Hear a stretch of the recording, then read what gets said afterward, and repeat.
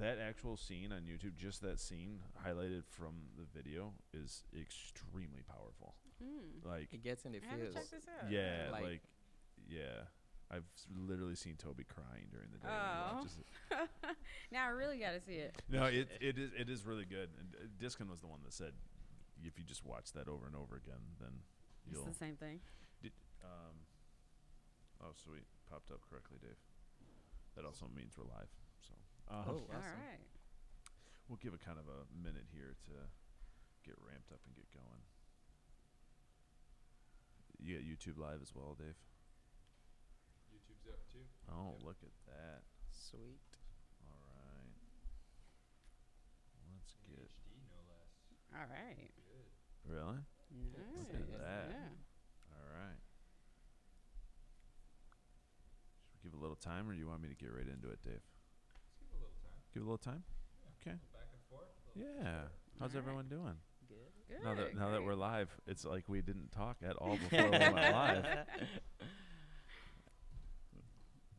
That's it, Nice Toby? You got sweater. nothing else to add to that? Just kind of went It's like silent. nice sweater. Yeah. What? It's a hoodie. Wow. Okay. Well, there's a difference, isn't there? A little bit. Okay. I just assumed that it was also called sweater, man. I get the semantics. Semantics? Semantics, all Okay. semantics. I'm excited for this episode. By the way. Yeah, me too. I'm super excited. I think it's gonna be great. All right, I think we're gonna get rolling. Dave, are you comfortable getting rolling? Let's roll. Okay. Producer. All right, you probably can't hear that, but Dave said let's roll. All right, welcome back to Labs Live. Today we're streaming on YouTube and LinkedIn, similar to how we did 2 weeks ago, which was really awesome. We got a lot of really great engagement on both of them, where we announced the new apprenticeship class, which was fantastic. Woo. Today, I'm joined by Nikki Evelyn. Hello there. And we're going to be talking about the Black Tech experience. And this is going to be kind of cool because Toby is going to be taking over as the host. So Exciting. that's a first. Toby's really excited. You can't tell, but he is really pumped. And I'm going to be paying attention to LinkedIn stream here. So if you have questions for Nikki or Toby, go ahead and ask them in here. I'll do my best to see them, bring them up. And then with that, I turn it over to Toby, and I'm going to I'll still be here. Yeah, So that's good. moral support for you, buddy. All right. Mercy. Thank you. So thanks again for joining us, Nikki. Thank you for having me. This is awesome. It's exciting. I've been thinking about this for since we scheduled it a few weeks ago. Mm-hmm. So before we actually jump into the conversation about the Black experience in tech, let's kind of set the context first. So Sure. what is the percentage of Blacks in the tech industry? So as I was prepping for my Labs Live debut and doing a little bit of research, the most recent stat that I was able to find was that Black and brown developers make up 10% of software developers nationally. And so we're not really even talking about other roles or anything like that. We're talking about specifically for developers. And I really want to highlight the fact that that is Black and brown. So that's like a combination.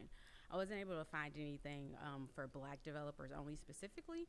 And then when you think about locally, I couldn't even find a local percentage of Black developers. And so I was like, that in itself is a problem. There's no research or anything out there that talks about one of the blackest cities and the percentage of Blacks that they have in the tech industry. And especially in a city like Detroit that's experiencing such a tech resurgence, you would think that that information was readily available. But It isn't. it isn't. But I'm very interested in coming up with a diversity report. So what is that? What is that? So one of the organizations that I'm volunteering with, the Detroit Black Tech, shout out to everybody from Detroit Black Tech watching right now. So we're really interested in doing just that, figuring out what the makeup of Blacks in tech is in the city of Detroit. And so we really want to partner with someone and tap and interview companies and figure out what those numbers are and figure out where we are, where we land. And then if it's too low, then we should definitely be doing How that to work bring to that up. increase that. Yeah, Mhm. yeah. So how did you get into tech? So the way that I got into tech, I am from Chicago, as we all know. Shout out to Chicago. Chi-town. Yeah, Chicago raised me, but Detroit has given me the career of my dreams. So I love the city of Detroit just the same. But like I said, I'm from Chicago, and so before I left Chicago, I was working in higher education, and then I did a super short stint in politics. And so, and then my husband got a job offer here. He had gone through a coding boot camp to be an iOS developer, and so he got an offer in Detroit, and he's like, "Let's move to Detroit." And I'm like, "Whoa, Detroit! Like, I don't know anybody there. We don't have any family or friends there." So, but we ended up moving here, and once I got here, I wasn't really tied to going back to work in higher education or politics. So I was like, this is a great time for me to figure out like what else I want to do or what other possibilities there are. And so he always encouraged me. He's like, why don't you learn how to code? And I was like, ooh, What? I don't know. I was like, learn how to code, that's never something that I've thought about. And so I took like a girl development class, and then I was like, okay, this is pretty cool. Landed in a Grand Circus boot camp, and I was like, all right, I'm liking it. And then after that, I heard about the Detroit Labs apprenticeship, and so I was fortunate enough to be accepted, and I'm celebrating 5 years this month. Yeah. That was just last week, right? Yeah. Well, actually, it's coming up. I think tomorrow, the 22nd. Congratulations. Thank you. Wow. Thank you. I think I remember when you were in the program. I think I remember that. Shout out to all the gammas. Gotta give a shout out there. Time flies so fast. Yeah, I can't believe it's been 5 years. Yeah, I'm and like, it's amazing. So you just shared about the apprenticeship. What about that program like stood out to you? It was just a very different program. At the time, everything that I was faced with was like, hey, you can learn how to code on your own, or you can take a class here or take a class there, or you can pay thousands of dollars to learn how to code. And I had already like gotten a master's degree that I wasn't using, and so I was like, I don't want to spend any more money on school or a school-like activity. I was like, not interested. And so I was really excited about that opportunity first and foremost, the fact that I wasn't going to have to pay to learn.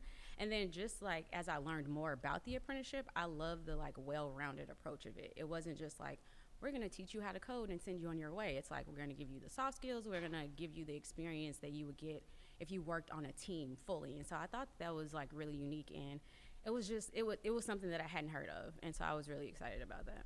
That's awesome. And I think like just talking about like Blacks in Tech as well, I really love the program because although I think we don't select for in those criteria, but like the holistic goal and even the applicant pool and how to like get applications from all walks of life, basically, I think the team does a great job. Oh, in absolutely. doing that. And just the fact that like even for me, if you take my experience, like there's no other way for me personally that I would have become a software developer. Like I wasn't going back to school to get a CS degree. Like there was no other way. It was going to be either that or like try to do it on my own. And like the time between me trying to do it on my own and actually like landing a job would have been it's difficult. It's very difficult. So like for someone who didn't have the traditional CS route, how's your experience been like?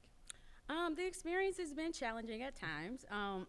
Detroit Labs is a great company and super supportive, but still, like the experience when I worked in corporate for a while was like really challenging. Like there are times where I felt like the tech industry like didn't have space for me. You know what I mean? It's like, okay, I am not only a Black woman, I learned to code later in life. My general interests are different than a lot of the other people that are developers. And so it just didn't feel like there was space for me. And then, like there wasn't a lot for me to relate to. So that was challenging, and it made me feel like a huge sense of like imposter syndrome. Like there are a lot of times where I question myself, like, am I supposed to be here? Is this what I'm supposed to be doing?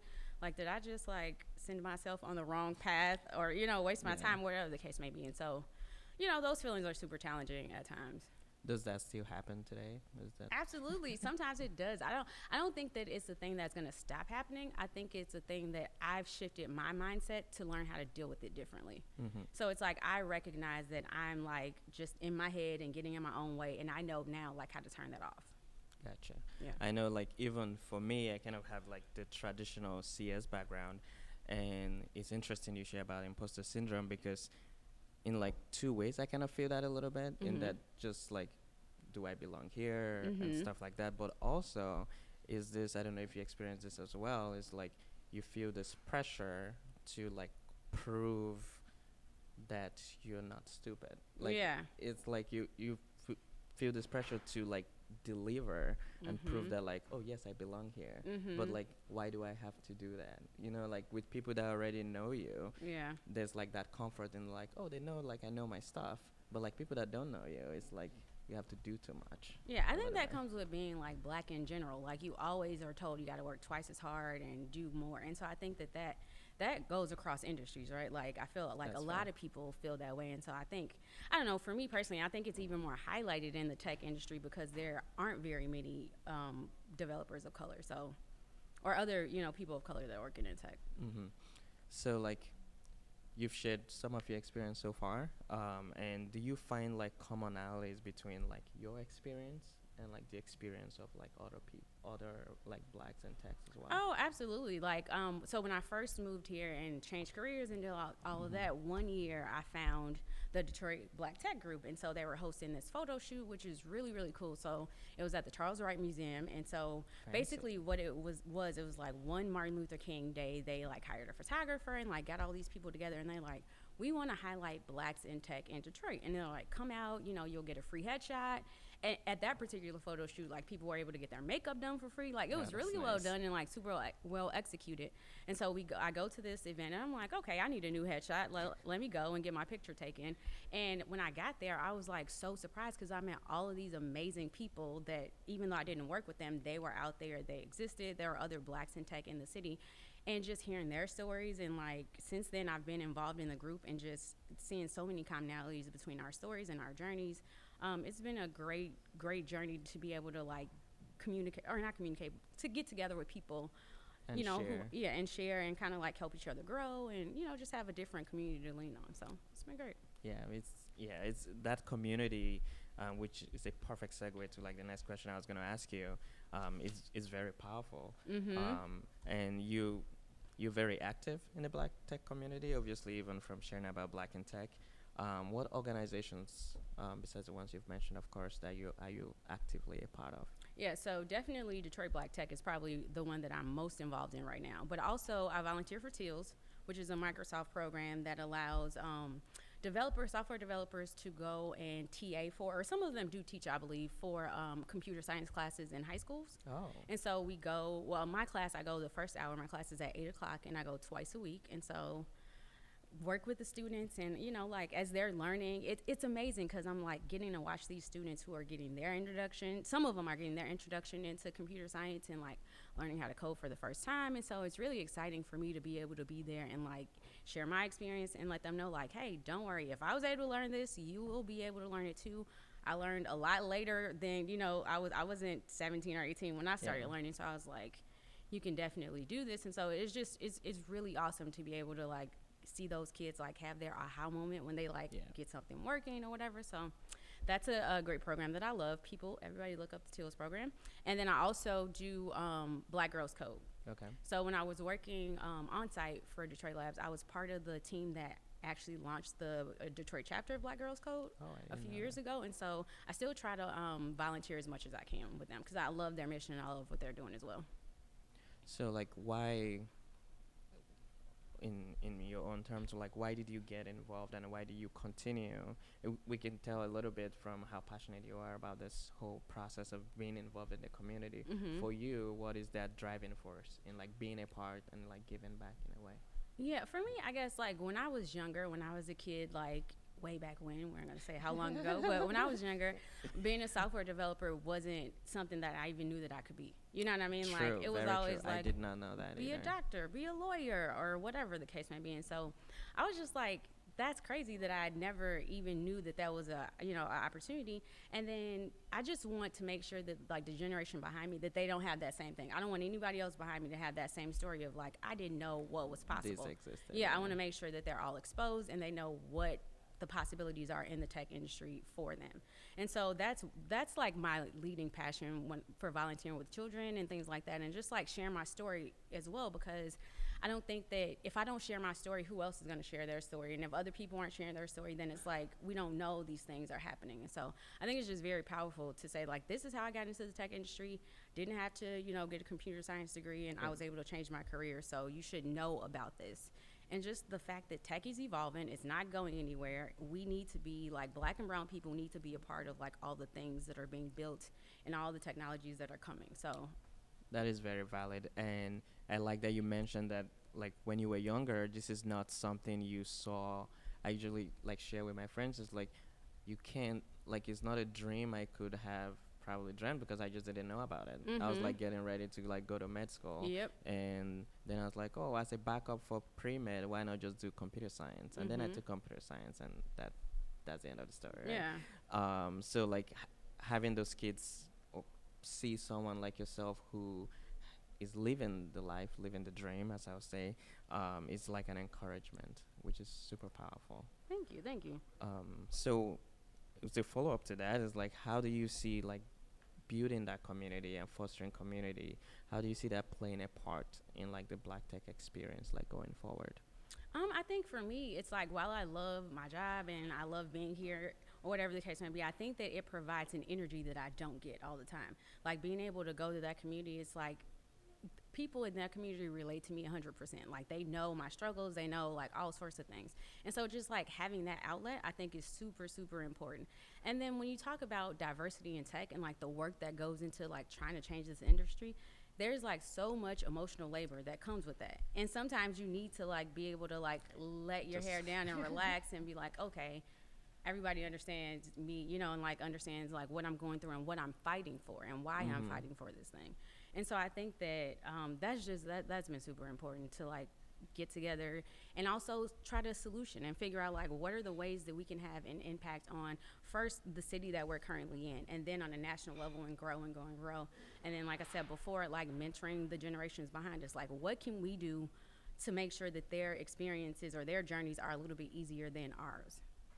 That is so great, because even as you said, like just having that community where you can just chill out, just relax, and not like stress over sometimes, of course, the realities that you can't ignore, but just having people to bounce off stories and experiences is incredibly powerful.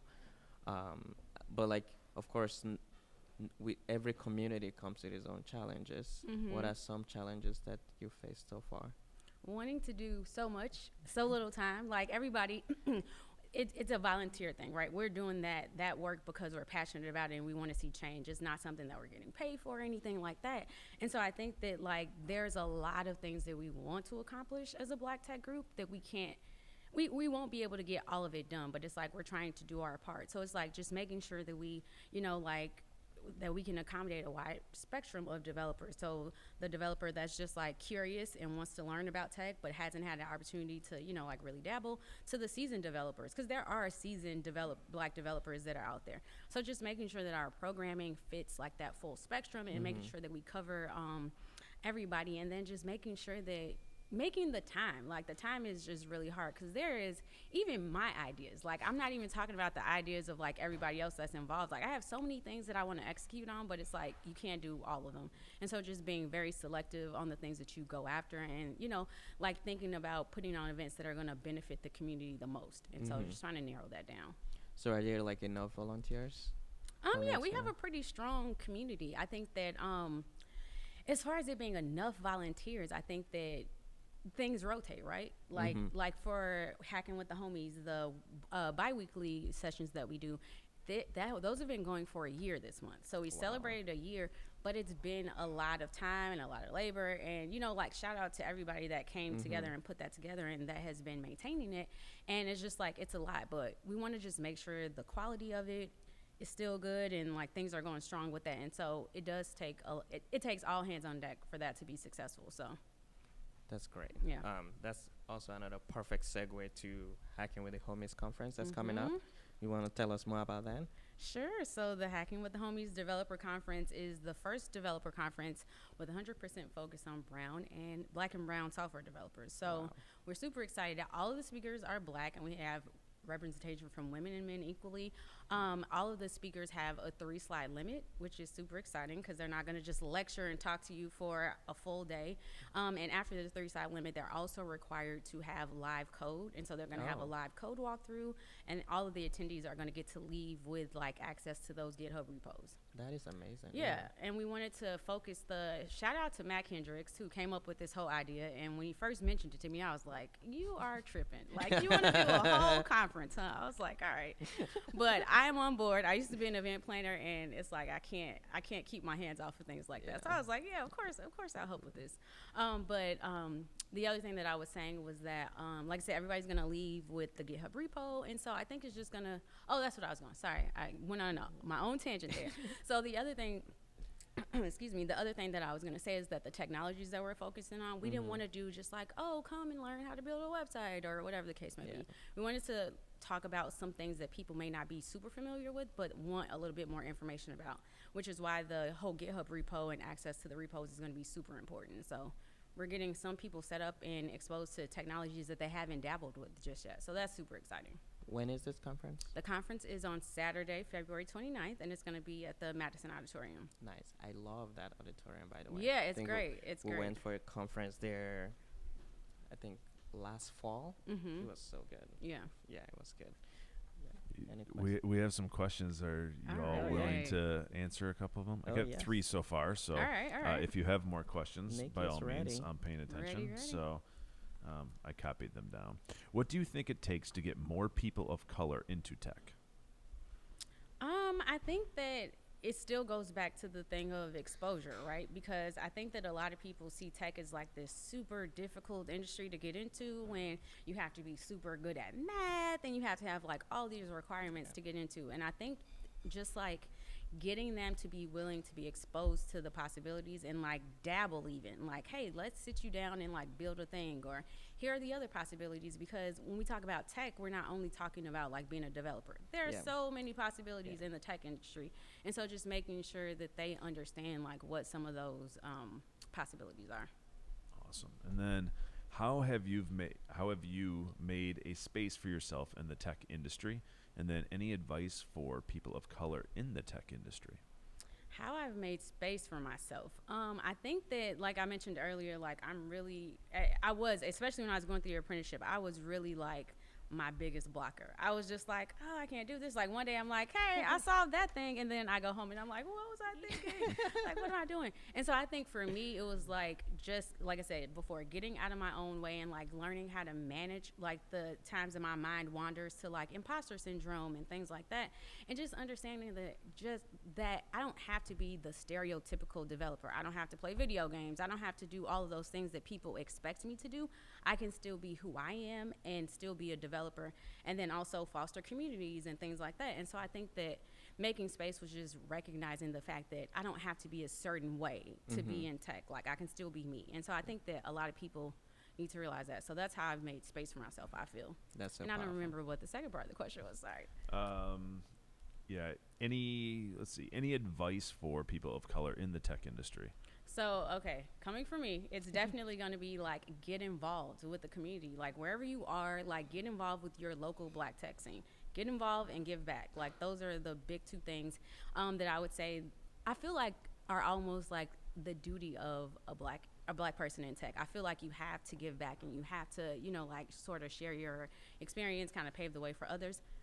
Not too much pressure, but I will say that. The other thing I would say is just making sure that you're not afraid to ask questions. That was another thing that I was afraid of early on in my career as well. It was just like, I don't want to sound stupid, or I don't want to, come off the wrong way. So it's like, look, be unapologetically yourself. Ask questions. If you don't understand something, be comfortable with like verbalizing that and like admitting that, because you're not going to grow if you don't do that sort of thing.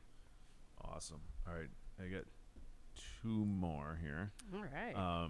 Based on your experience, what have been the main elements that allowed the development of this community in the tech sector? The elements, I would definitely say like the need, right? So that's the first thing, is like there's somebody that came together and recognized like we have a need in this space. And so the people that started Detroit Black Tech, like some of them are long time techies, and so they're like, if you look around, like I said, once again, we're in Detroit, one of the blackest cities, and it's like, but when you go to work, that's not reflected. Why is that? You know what I mean? And so recognizing that need and then asking some of those hard questions. All right. I got actually now two more. More keep coming in. All It's right. fantastic. How do you deal with brogrammers? Ooh. I've never heard that term, and I like the term. The term.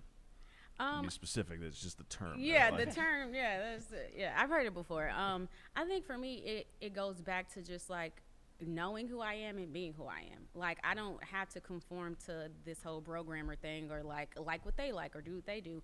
And as far as interactions, I think across any industry, like, I prefer direct feedback. Like, if there's a problem, let me know. Talk to me about it. And so I am going to do the same. And so I think just reciprocating that respect and just like communicating with people, I think that can break down any barrier. Yeah, and just to amplify that a little bit, I think key, at least in my experience, is just like having that assurance in like who you are as a black person, as the person that you are, is you bring something else to the table that somebody else doesn't, and not allowing the stereotypical like tech experience to like overshadow you. You don't have to like really conform to like certain things. You may eventually pick some things up here and there, but you don't have to. You can just be yourself, and hopefully people who you walk with get to accept you that way as well. So it's interesting. I think this is somewhat of a similar question based off your answers. What does being an ally to black tech look like? I think it's support. I think that's one of the biggest things, like supporting those efforts. Like, I cannot say enough how like blessed I feel to work for a company like Detroit Labs, because literally they've been helped me get into the tech industry and have been super supportive of not only just like the efforts that I'm doing, but also my growth. And so I think that being an ally is like, it's not always going to be about you, but just supporting somebody and like contributing to their growth in ways that however you can, if that's mentoring or doing whatever the case may be. Yeah, and just like asking, like as an ally, sometimes maybe even taking the extra effort to be intentional about like, oh, do you want to like do this thing, or do you want, given that opportunity to like allow the person who is black in tech or minority to have the opportunities they would not have had, or they might not think like, oh, maybe I could do that. But if as an ally you say like, oh, have you thought about considering yourself for that? They're like, oh, that's interesting. I didn't think of that before. And then I will also add to that, like managing your interactions, right? Like if you're an ally and maybe you may not understand the experience of a black person in tech, but it's like you have to like kind of shift your mindset and manage like your interactions with certain people to try to get some sort of understanding of like what they're going through and where they're coming from, that you can, deal with them deal with them a bit better. Because I think that when people don't do that, that's when you get like microaggressions and things like that. It's like you really have to like have a shift happen as well. Like all of the work to make diversity in tech work or be successful can't happen it can't just be people of color doing that work. Yeah. Okay, we have somebody would like you to repeat the event information, date, sure place, time, contact. We'll also make sure that we post that on all of our social channels as well. Cool. Just to make so sure. the event is going to be on Saturday, February 29th, so we're just over a week away. It's at the Madison Auditorium. I don't know if that person is familiar with the Madison, but like Danciel will post all of that information. It starts at 9 a.m. and tickets are definitely on sale, so cop them. Nice. Get the Awesome. tickets. Yeah, we'll make sure all the appropriate details, links, and all that's available. Another question. What resources did you use to help you along the way? YouTube, an app, or was it just the apprenticeship? Oh, no. So the apprenticeship definitely, like, helped me, get, like, that grounding. But I'm really big on, I think it depends on, like, how somebody learns. But for me, I'm really big on, like, hands-on. Like, I can read a book all day. I can do all these things. But I really need to, like, dig in and, like, try it for myself. So for me, it was, like, a lot of tutorials, a lot of YouTube, Udemy, like, all kinds of things like that allowed me to things like that allowed me to kind of get my hands dirty and like try and experiment with things. Yeah, and very valid point is like it really depends on the person. I'm like the exact opposite of Nikki. I read a lot more. Okay. And I'm not a hands-on. Sometimes the first time I write this code or like solve like maybe a math problem is like the very first time I'm actually doing it ever. but I've like read about it for like maybe weeks and weeks and weeks. Oh, wow. So I'm more like read. So like when I'm trying stuff out, I don't get stuck because I get frustrated when I get stuck and I don't know why I'm stuck. So it really depends, like finding that best way you learn, whether it be reading or YouTube or, but the things to just be consistent in whichever method you choose. All right. I think that's the last question, unless any others come in before I finish this sentence here. I have one more question for Nikki, actually. You have Oh, you have one okay. more? Oh, by the way, Oh. you all are getting a lot of hi Nikki and hi Tobi's, Oh, and hi. and, Hi. and the chat rooms Hi. on both LinkedIn and YouTube. A lot Awesome. of highs. Aw.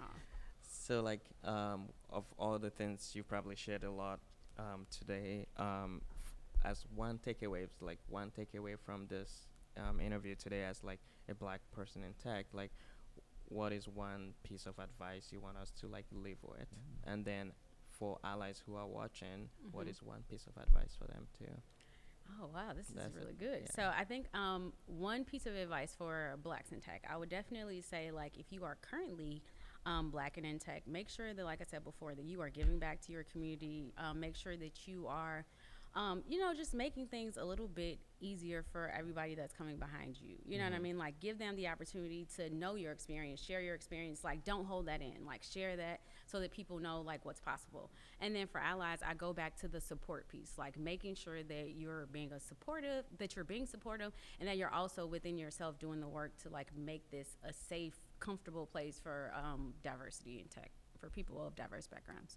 Thank you so much. All right. Thank you for having me. This is great. All right, Nikki, thank you for joining. Tobi, thank you for hosting. You You're did welcome, Dan. really, Really well. good. Yeah. Maybe I you. don't need to be on the show anymore. It's just the Tobi show from now on.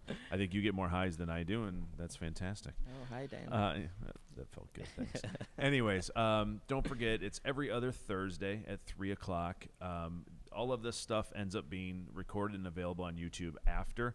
Also on LinkedIn, I think it becomes a post, and then you can click on it and hit play, and you can actually see all of the interactions and comments and reactions on there as well.